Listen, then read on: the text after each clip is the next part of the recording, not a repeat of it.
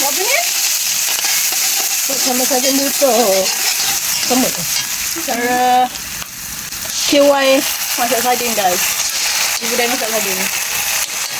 Ini tepuk habis je.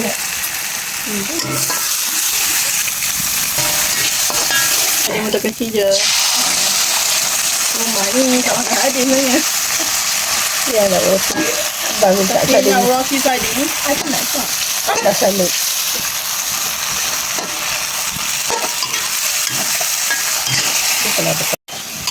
Tengok taruh tu tak ada tu. Sudah mana ada. Guys, tak kena ujung sudu je.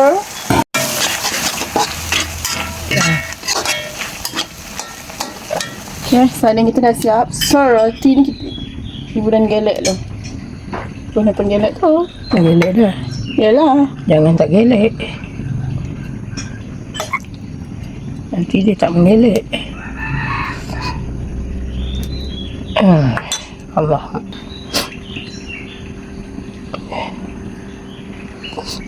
Mana tu? Dan kita celup dekat telur guys.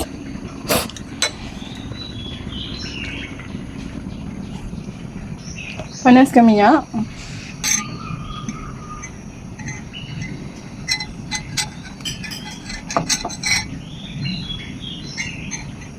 Kita celupkan dulu. Macam. Nama dia roti sardin guys.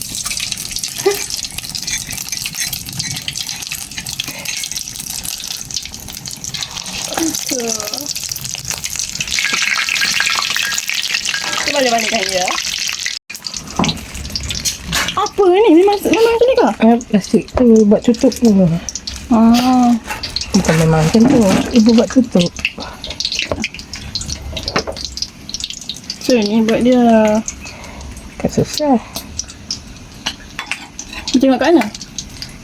Ibu ni tak ada tengok mana. Tapi ibu fikirkan macam ni kau selalu Tapi ibu tu apa yang ibu fikirkan. Tidak kemudian. Okay. Dah nampak macam brown-brown. Bermakna dia dah masak guys. Okay guys. Tada! Dah siap.